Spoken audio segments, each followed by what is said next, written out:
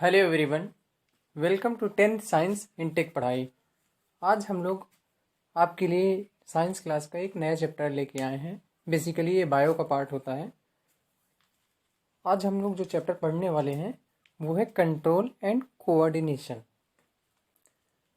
इस पे हम टोटल जो बात करेंगे वो इस बेसिस पे होगी कि हमारी जो बॉडी है, हमारा ब्रेन, नर्वस सिस्टम, हार्मोन्स जो भी है सबके बारे में कंट्रोल, मतलब आप कैसे कंट्रोल करता है कोई भी लिविंग बींग्स, कैसे कंट्रोल और कैसे कोऑर्डिनेट करने का मतलब एक्शन का रिएक्शन कैसे होता है, किस वे में एक दूसरे से इंटरलिंक्ड है, कोऑर्डिनेट किस वे में कर रहे हैं। तो ओवरऑल हमें यही पढ़ना है, control and coordination. Control and coordination के कुछ मेन पार्ट्स हैं जिनमें हम कुछ डिस्कस करने वाले हैं आज। उसमें सबसे पहला आता है नर्वस सिस्टम। हम लोग आज नर्वस सिस्टम के बारे में पढ़ने वाले हैं, कैसे बनता है, क्या इसकी बेसिक यूनिट होती है, कैसे काम करता है। Reflex action and reflex arc बहुत इंपॉर्टेंट क्वेश्चन है, बहुत फ्रिक्वेंटली पूछा जाता है, आपके एग्जाम से में भी बहुत बार पूछा जाता है और समझ में भी। एक आप ये मान लो ये बहुत ही इंपॉर्टेंट और इजी चैप्टर है, समझने के लिए भी बहुत आसान है। बेसिकली थोड़ी सी डिफिनीशंस आपको देखनी पड़ेगी, समझ में बहुत जल्दी आ जाएगा। तो reflex action and reflex arc frequently asked question है, हमेशा पूछा जाता है। ह्यूमन ब्रेन के बारे में आज हम लोग पढ़ने वाले हैं। प्लांट्स हार्मोन, ये भी फ्रिक्वेंटली आस्क्ड क्वेश्चन है, हमेशा पूछा जाता है। Write down the names of plants hormone, या कैसे भी करके इधर उधर क्वेश्चन पूछ लिया जाता है डायरेक्टली। हार्मोन्स इन एनिमल्स में कौन कौन से हार्मोन्स होते हैं। तो बेसिकली कंट्रोल एंड कोऑर्डिनेशन में हम लोग आज ये 5 पार्ट पढ़ने वाले हैं। Living organism respond and react to various stimuli. ठीक है, जितने भी लिविंग ऑर्गेनिज्म होते हैं वो रिस्पॉन्ड और रिएक्ट करते हैं। रिस्पॉन्ड मतलब कोई आपको बुलाया, आपने बोला, वो आप रिस्पॉन्ड कर रहे हो। रिएक्ट किसी ने आपको मारा, आपने बिना बोले उसको मार दिया, ये रिएक्ट। इस वे में कुछ आप बात कर सकते हो रिस्पॉन्ड और रिएक्ट की, मतलब कोई ना कोई एक्शन होगा तब आप रिएक्शन करोगे, उस बेसिस पे बात कर रहे हैं लिविंग ऑर्गेनिज्म की। जैसे कि हीट, लाइट, टच, मान लो ये आप फील करते हो, इसको आप लाइट है मतलब गर्म है या नहीं, हीट लाइट है, कोल्ड ठंडी, टच आपको कोई टच करता है, उस बेसिस पे आप देख सकते हो। Plants and animals both respond to stimuli but in different manner. Plants मतलब पौधे और एनिमल्स में बेसिकली सभी आते हैं हम लोग। तो ये स्टिमुलाई के वही सेम वे में रिस्पॉन्ड करते हैं, लेकिन मैनर उनका अलग होता है। मतलब अगर स्टिमुलस आया तो रिस्पॉन्ड दोनों करते हैं, लेकिन उनका जो रिस्पॉन्स करने का है वो मैनर अलग अलग होता है। तो बेसिकली आज हम देखने वाले हैं कि कैसे किस मैनर में कौन रिस्पॉन्ड करता है, प्लांट्स कैसे रिस्पॉन्ड करते हैं और एनिमल्स कैसे रिस्पॉन्ड करते हैं।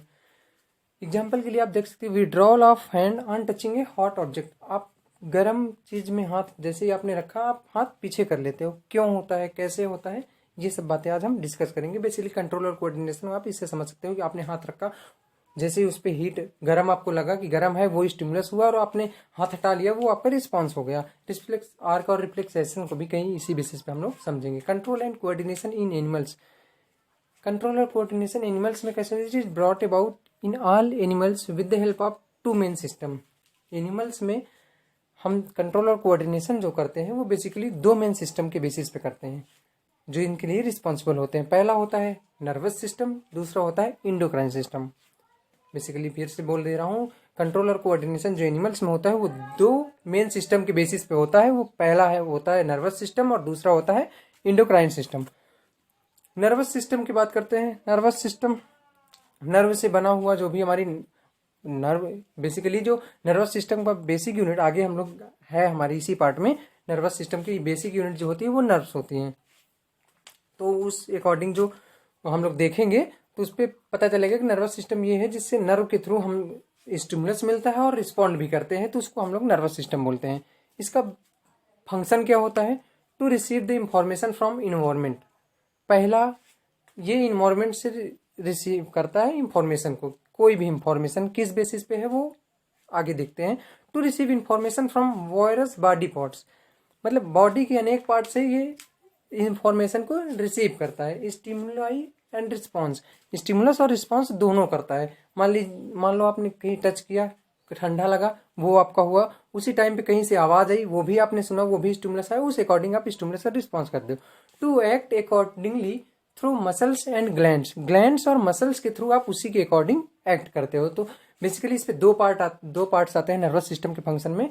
पहला आता है कि to receive information from various body parts से ये इंफॉर्मेशन रिसीव करता है और उसी के अकॉर्डिंग मसल्स और ग्लैंड्स एक्ट करती हैं।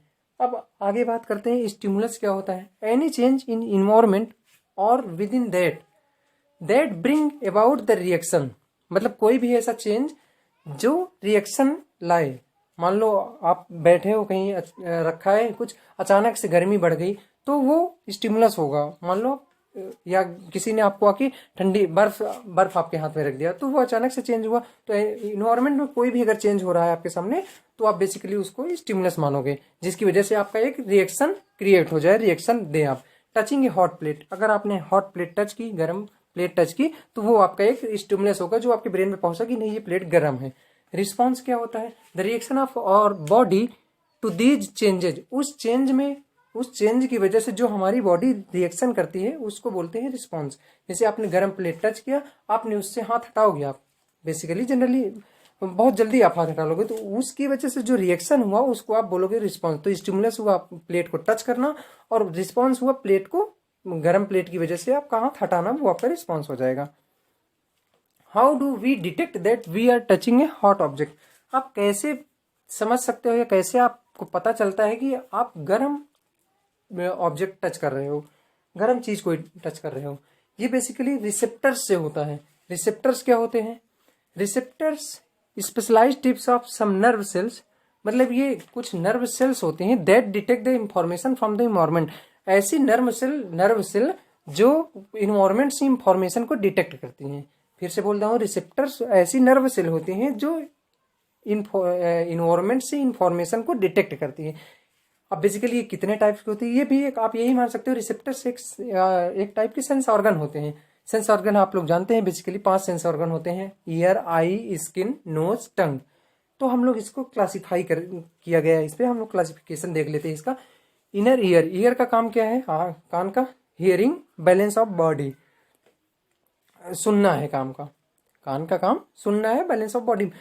फोटो रिसेप्टर्स मतलब लाइट से रिलेट कर रहे हैं। फोटो का मतलब ऐसे फोटो नॉर्मली पिक वाली बात नहीं कर रहे हैं, फोटो मतलब लाइट।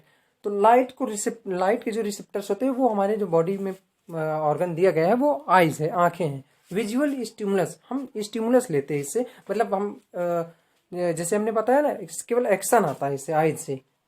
फोटो रिसेप्टर्स का काम है, मतलब जो भी लाइट रिलेटेड स्टिमुलस होंगे वो आईज के थ्रू हम रिसीव करेंगे। स्किन क्या है, पेन, टच, हीट। स्किन की हेल्प से हम पेन मतलब दर्द हो सकता है, पता चलता है हमें। टच अगर कोई किया तो उससे वो पता चलता है, हीट है या नहीं ये पता चलता है। ऑल्फैक्टरी रिसेप्टर्स, ऑल्फैक्टरी इंडिकेटर्स आपने पढ़ा था, वहां पे भी मैंने बताया था कि स्मेल से रिलेटेड है, और स्मेल से रिलेटेड है तो ऐसा ऑर्गन हमारे बॉडी में नोज होता है, स्मेल डिटेक्शन का काम होता है इसका। गस्टेटरी रिसेप्टर मतलब टेस्ट की बात कर रहे हैं तो टेस्ट के लिए टंग यूज करते हैं, टेस्ट डिटेक्शन का काम टंग का होता है। तो बेसिकली हम पहले वाले पार्ट में ये बात किया कि कैसे हम पता चलता है हमें कि कोई भी ऑब्जेक्ट गर्म है या नहीं है। तो उसके लिए हम लोग स्किन के थ्रू हम पता कर सकते हैं उसकी वो स्किन है क्या, एक रिसेप्टर है। रिसेप्टर क्या होते हैं, जो इन्वायरमेंट के चेंज को, आपको ऐसी नर्व सेल होती हैं जो इन्वायरमेंट के चेंज की इंफॉर्मेशन को डिटेक्ट करे, तो आप उसके थ्रू आप पता कर सकते हो। अब बेसिकली नर्वस सिस्टम का जो सबसे छोटा पार्ट होता है वो न्यूरॉन होता है। It is the basic structural and functional unit of nervous system. Neuron जो होता है वो बेसिक स्ट्रक्चरल और फंक्शनल यूनिट होता है नर्वस सिस्टम का, जैसे हमने पहले ही बात की थी। इसके 3 मेन पार्ट्स होते हैं, डायग्राम में भी आप देख सकते हो। सिनेप्स होता है, डेंड्राइट, सेल बॉडी और एक्सॉन, इनको एक ही पार्ट में रखा गया है। जो सबसे आगे वाला पार्ट होता है उस पर न्यूक्लियस जहाँ पे दिखाई दे रहा है आपको, ये सेल बॉडी आप इसको बोलते हो। और जो साइड में दिया है वो डेंड्राइट होता है, एक्सॉन बीच में होता है। एक एक करके इनके पार्ट्स के फंक्शन को डिस्क्राइब कर लेते हैं। सिनेप्स जो है, part where electrical signal is converted into chemical message for onward transmission to next neuron by release of neurotransmitter. Synapse क्या है, बेसिकली हम सिनेप्स कैसे डिफाइन करेंगे। सिनेप्स ऐसा पार्ट है न्यूरॉन का जहां पे इलेक्ट्रिकल सिग्नल आपका केमिकल सिग्नल में कन्वर्ट हो जाता है। मान लो आपको किसी ने टच किया तो वो आपका इलेक्ट्रिकल, बेसिकली आप यही मान सकते हो कि इलेक्ट्रिकल सिग्नल है। कोई भी आता है सिग्नल तो उसके लिए जब ये न्यूरॉन का वो पार्ट होता है जहाँ पे इलेक्ट्रिकल सिग्नल केमिकल मैसेज में कन्वर्ट हो जाता है। क्यों कन्वर्ट होता है? ताकि उसका आगे नेक्स्ट न्यूरॉन में ट्रांसमिशन हो सके। ट्रांसमिशन कैसे होगा? न्यूरो ट्रांसमीटर्स होते हैं, उसकी हेल्प से ट्रांसमिशन पॉसिबल होता है। The point of contact between terminal branch of axon of one neuron with the dendrite of another is called synapse. आप डेफिनेशन के लिए देख सकते हो, the point of contact between terminal branch of axon, मतलब जो एक्सॉन के terminal branch होती हैं उससे, एक न्यूरॉन के टर्मिनल ब्रांच ऑफ एक्सॉन से जो दूसरे न्यूरॉन का डेंड्राइट होता है वो कनेक्ट होता है, तो इसको जो बोलते हैं उसको सिनेप्स बोलते हैं। इसके बाद आता है dendrite. Information is required. Dendrite में इंफॉर्मेशन रिक्वायर्ड होती है, ये कहाँ पे जाना है, क्या लेके जाना है, वो इंफॉर्मेशन स्टोर करता है। Cell body and axon information travel as electrical signals. Cell body और एक्सॉन के पार्ट में जो ये पार्ट होता है, इस पे जो इंफॉर्मेशन होती है वो इलेक्ट्रिकल सिग्नल की फॉर्म में ही ट्रेवल करती है। Reflex action and reflex arc. अब बेसिकली देख लेते हैं रिफ्लेक्स एक्शन क्या होता है। A quick sudden immediate response of a body to a certain stimuli that involve spinal cord. मतलब कोई भी क्विक, अचानक से हम किसी बात पे, किसी स्टिमुलस पे रिस्पॉन्ड अगर करते हैं तो उसको आप रिफ्लेक्स एक्शन बोलते हो। कब बोलते हो? जब उस पे स्पाइनल कॉर्ड इन्वॉल्व हो। मतलब स्पाइनल कॉर्ड के थ्रू जिस स्टिमुलस का आप रिस्पॉन्स देते हो उसको आप रिफ्लेक्स एक्शन बोलते हो। Sudden immediate response of body to certain stimuli that involve spinal cord.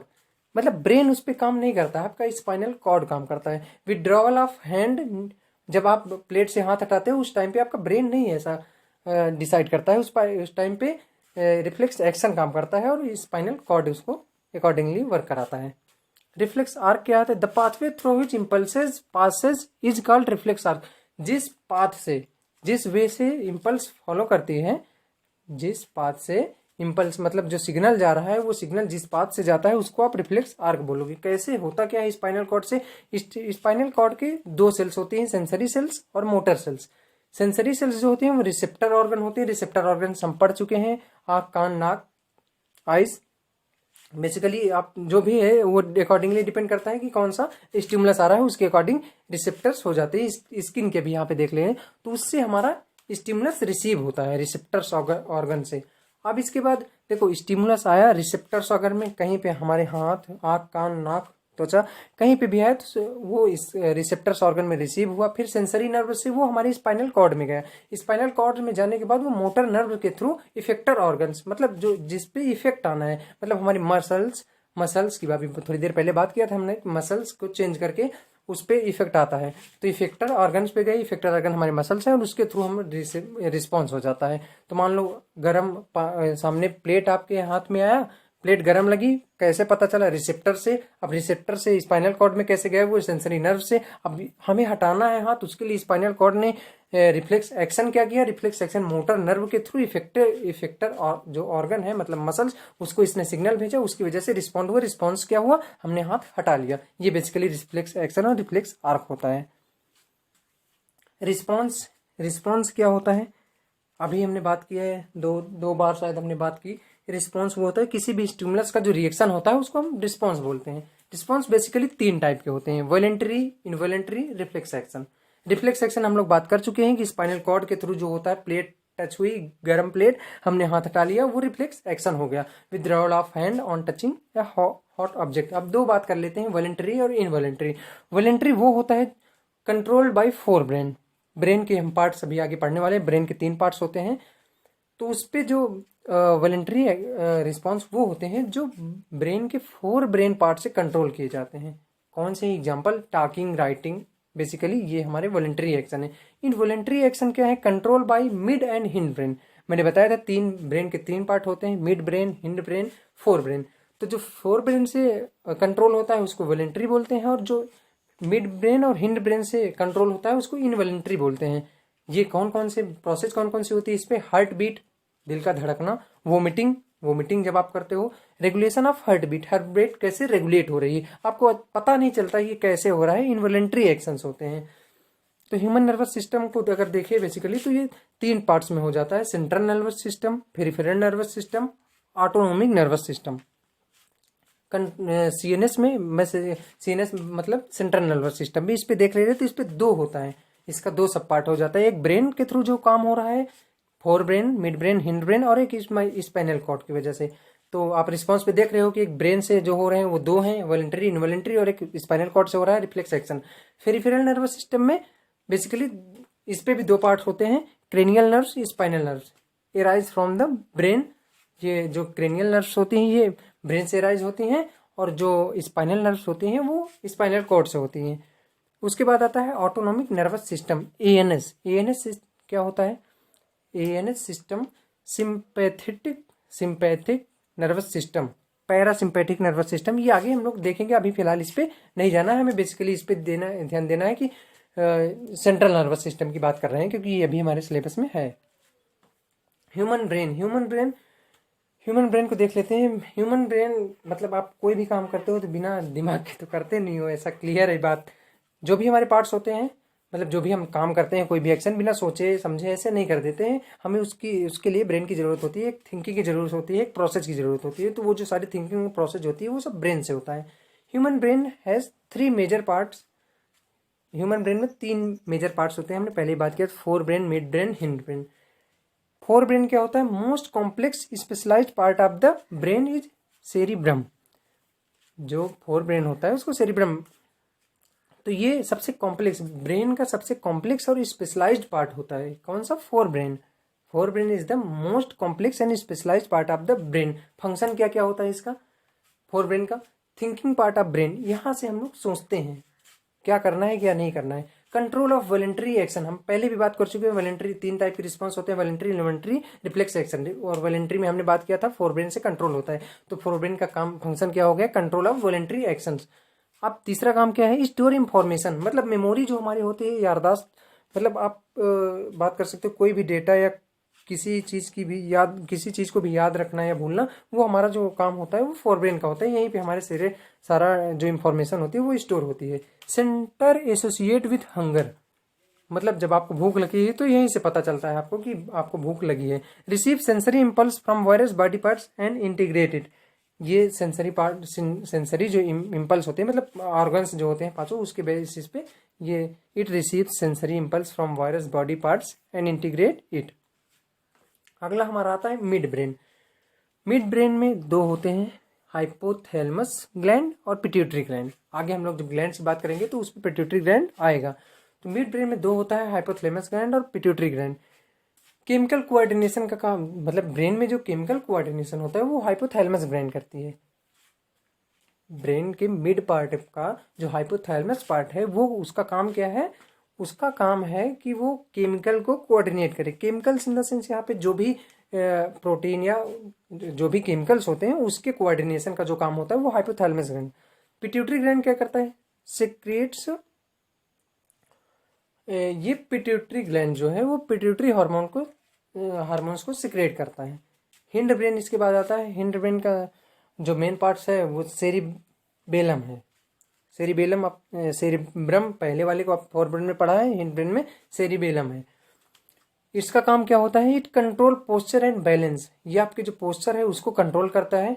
Control precision of voluntary action, voluntary action में कितनी प्रिसीजन है, कितनी मतलब एक प्रिसीजन आप बोल सकते हो कि एग्जैक्टनेस, हाँ यही आप बोल सकते हो, कितना एक्यूरेटली वो काम हो रहा है, कितना सही तरीके से हो रहा है वॉलंटरी एक्शन, उसको कंट्रोल करता है। इसका एक पार्ट और होता है मेड्यूला कंट्रोल इनवॉलंटरी एक्शन।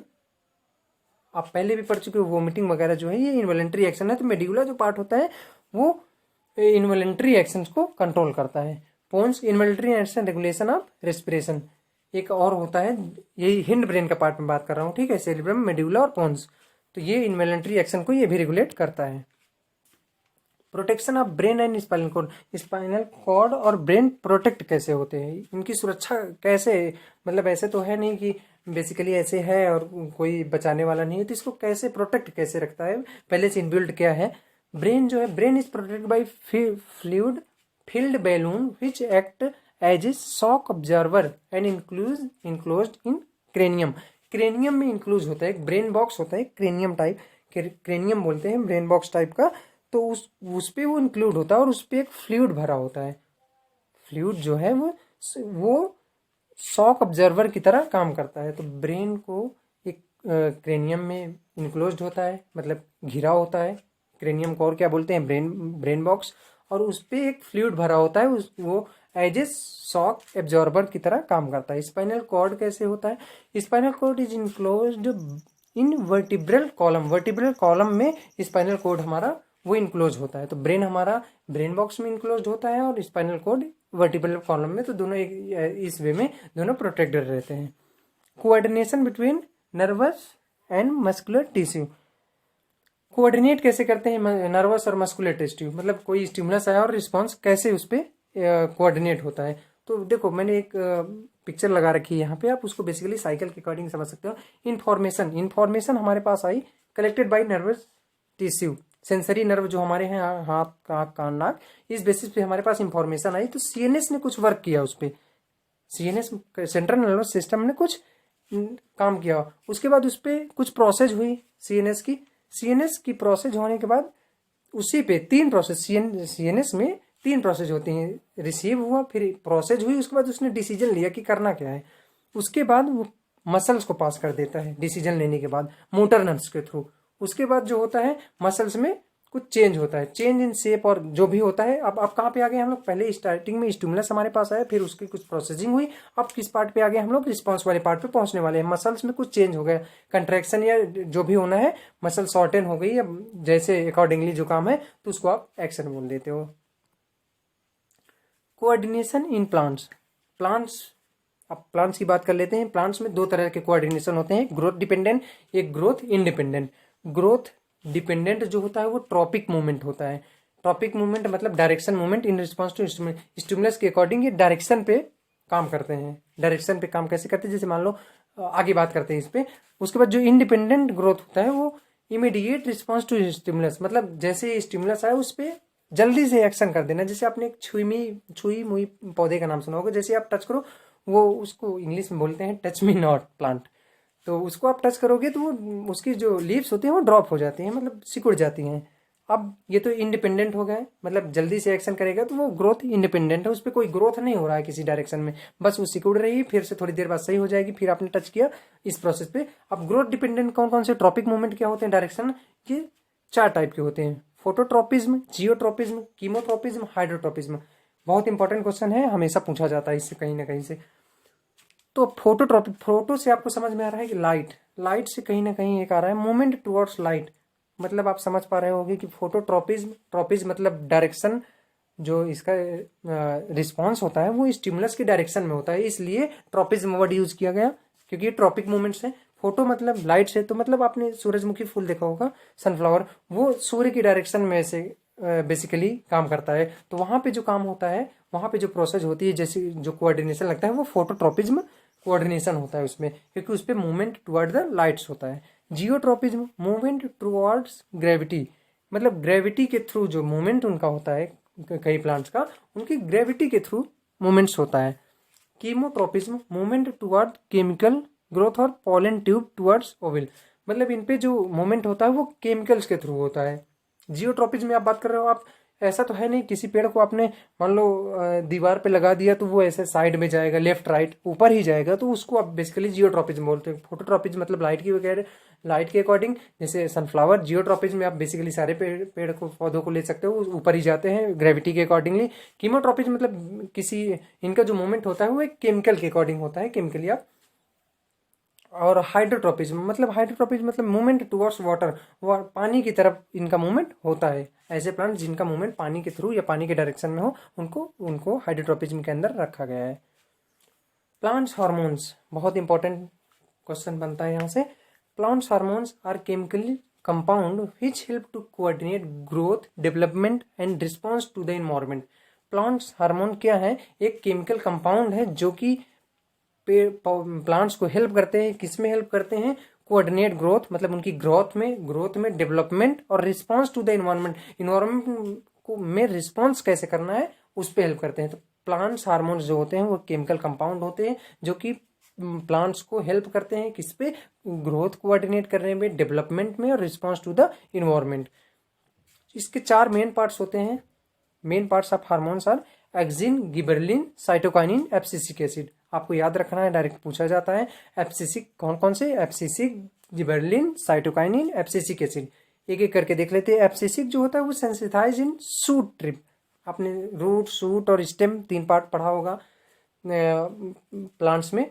तो ये जो ऑक्सिन होता है ये सिंथेसाइज्ड है शूट टिप, शूट जो प्लांट्स होता है उसके टिप में, शूट पार्ट में ये सिंथेसाइज होता है। फंक्शन क्या होता है, help in growth, phototropism, more growth of cell toward light. ये जो ऑक्सिन होता है ये लाइट इफेक्टिव होता है, मतलब इसका जो काम होता है वो फोटोट्रोपिज्म से मैच करता है। मतलब अगर ऑक्सीजन की कमी है उस पर तो वो लाइट से रिस्पॉन्ड नहीं करेगा। अगर मान लो आप बात कर रहे हो सनफ्लावर की, अगर उस पर ऑक्सीजन हार्मोन नहीं आएगा तो वो फोटोट्रोपिज्म के अकॉर्डिंग ग्रोथ नहीं करेगा। जिबरलिन क्या है, इसका काम क्या होता है, help in growth of stem. ये स्टेम की जो ग्रोथ के लिए हार्मोन्स हेल्प करता है वो जिबरलिन हार्मोन्स होता है। उसके बाद आता है cytokinins, it promotes cell division. Cell division मतलब कैसे डिवीजन हो रहा है सेल्स का, इस अकॉर्डिंग जो केमिकल हेल्प करता है हार्मोन्स उसको साइटोकाइनिन होता है। एब्सिसिक एसिड इनहिबिट ग्रोथ, मतलब ज्यादा ग्रोथ नहीं होने देता है, कोऑर्डिनेट करता है। हमने पहले ही पढ़ा था, कंट्रोल एंड कोऑर्डिनेशन चैप्टर में पढ़ रहे हैं। तो एब्सिसिक एसिड जो होता है वो inhibit growth cause wilting of leaves, मतलब जो पेड़ पत्ते गिरते हैं उसके अकॉर्डिंगली जो, मतलब ये कोऑर्डिनेट करता है कि पत्ते किस टाइम पे गिर जाने चाहिए। एब्सिसिक एसिड की वजह से ग्रोथ कितनी होनी चाहिए कितनी नहीं होनी चाहिए उस अकॉर्डिंग काम करता है। अब एनिमल्स में हार्मोन्स देख लेते हैं। हार्मोन्स बेसिकली होते क्या हैं, these are chemical messenger secreted in very small amount by specialized tissue called ductless glands. मतलब डक्टलेस ग्लैंड्स कौन कौन सी होती हैं अभी बात करेंगे। डक्टलेस ग्लैंड्स की वजह से एक केमिकल, फिर से मैं बोल दे रहा हूँ, these are chemical messenger secreted in a very small amount by specialized tissue.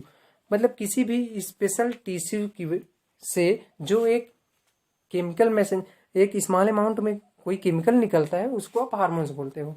Hormones are the chemical messenger secreted in very small amount, मतलब केमिकल मैसेंजर होता है बहुत कम अमाउंट में होता है। और कैसे होता है, डक्टलेस ग्लैंड से थ्रू एक स्पेशल टिश्यू से होता है। They act on target tissue organ, मतलब वो एक टारगेट टिश्यू पे काम करते हैं अपने सोर्स के according. Endocrine system help to control coordination through chemical compound. Endocrine हमने पहले ही पढ़ा था, इंडोक्राइन सिस्टम, नर्वस सिस्टम की बात कर चुके हैं। इंडोक्राइन सिस्टम जो कंट्रोल और कोऑर्डिनेट करता है वो केमिकल्स के थ्रू करता है और उन केमिकल्स को बोलते हैं हार्मोन्स। एनिमल्स में हम देख सकते हैं, आप मैंने ह्यूमन बॉडी ले रखा है, इस पे देखियो कौन कौन से हार्मोन्स होते हैं। हाइपोथैलेमस ग्लैंड्स होती है पहली, दूसरी pituitary gland, parathyroid gland, thyroid gland, उसके बाद आता है एड्रिनल ग्लैंड, पैंक्रियाज। बेसिकली आपको ये डाइजेशन पार्ट में बहुत अच्छे से पढ़ने को मिलेगा। उसके बाद ओवरी, ये तो बेसिकली यहाँ पे 7 ग्लैंड्स हो गई। तो जो एनिमल में हार्मोन्स होते हैं वो 7 ग्लैंड्स, यहाँ पे डक्टलेस ग्लैंड्स की जो बात की गई यही 7 ग्लैंड्स होती हैं। Hypothalamus, pituitary, parathyroid, thyroid gland, adrenal gland, pancreas, ovary. तो इस बेसिस पे ये 7 ग्लैंड्स हैं, इन्हीं में से हार्मोन्स सीक्रेट होते हैं और ऐसे ही अकॉर्डिंगली वर्क होता है। अब इनके फंक्शन देख लेते हैं कौन कौन से होते हैं। थायरोक्सिन जो ग्लैंड्स होती है वो कहाँ से, पहले हार्मोन्स मैंने ये आप चार्ट देखो इस पे, हार्मोन्स, इंडोक्राइन ग्लैंड, जो भी ग्लैंड्स है लोकेशन कहाँ पे है उसकी और फंक्शन क्या है। थायरोक्सिन हार्मोन कहाँ से होता है, किस ग्लैंड से, थायराइड ग्लैंड से। थायराइड होती कहाँ पे है, नेक, गले के पास, थ्रॉट में। फंक्शन क्या है, regulation of metabolism of carbohydrates, fat and protein. ये कार्बोहाइड्रेट, फैट और प्रोटीन के मेटाबॉलिज्म को रेगुलेट करता है। फिर से बोल रहा हूँ, थायरोक्सिन थायराइड ग्लैंड से एक्सक्रीट होता है, मतलब निकलता है, और इसकी लोकेशन होती है गर्दन हमारी, गला, नेक। इसका काम क्या है, ये रेगुलेट करती है मेटाबॉलिज्म को, किसके मेटाबॉलिज्म को, कार्बोहाइड्रेट, फैट और प्रोटीन को। दूसरा होता है पिट्यूटरी ग्लैंड। पिट्यूटरी ग्लैंड में कौन सा हार्मोन आता है, ग्रोथ हार्मोन। ये कहाँ पे होता है, मिड पे होता है, मतलब बॉडी के मिड में। रेगुलेट ग्रोथ एंड डेवलपमेंट, हमारे ग्रोथ और डेवलपमेंट को डेवलपमेंट में हेल्प करता है। एड्रिनल ग्लैंड एड्रिनलाइन हार्मोन सिक्रेट करता है। एबव बोथ किडनी, दोनों किडनी के ऊपर होता है। इसका काम क्या होता है? रेगुलेशन, मतलब increasing of blood pressure regulate करता है basically, heart beat, carbohydrate, metabolism. इसकी एग्जांपल मैं आप मान लो अचानक आप जा रहे हो और कहीं से आपको अचानक सामने से एक कुत्ता नजर आ गया, तो अब क्या करोगे? वहां पे भागोगे ना। तो उस टाइम पे जो अचानक से रिएक्शन के लिए आपके पास रेगुलेट करने के लिए, कोऑर्डिनेट करने के लिए कोई हार्मोन्स आएगा, तो वो एड्रेनालाइन हार्मोन्स होगा। उसके थ्रू आप अचानक से भागोगे, कैसी भी एनर्जी हो, कैसा भी हो, तो उस टाइम पे जो कोऑर्डिनेशन काम करेगी वो एड्रेनल ग्लैंड काम करेगी। इसके बाद आता है टेस्टोस्टेरोन और ओवरीज। ये कहाँ से सीक्रेट होता है? टेस्टिस से। बेसिकली ये जेनिटल लोअर एब्डोमेन पार्ट में होता है, सेक्स हार्मोन इसको बोलते हैं। इसका काम क्या होता है? Changes associated with poverty. Poverty मतलब पवर्टी एज के बाद इस पे कुछ चेंजेज एसोसिएट होते हैं जो बेसिकली देखने को मिलते हैं। अब एक बहुत इंपॉर्टेंट क्वेश्चन बनता है, iodine mineral is essential for health. Iodine हम लोगों को क्यों खाना चाहिए? तो उसको देख लेते हैं, डिस्कस कर लेते हैं। Iodine mineral is essential part of thyroxine hormone. Thyroxine hormone का ये बहुत ही एसेंशियल पार्ट होता है। थायरोक्सिन कहाँ पे मैंने बात किया था?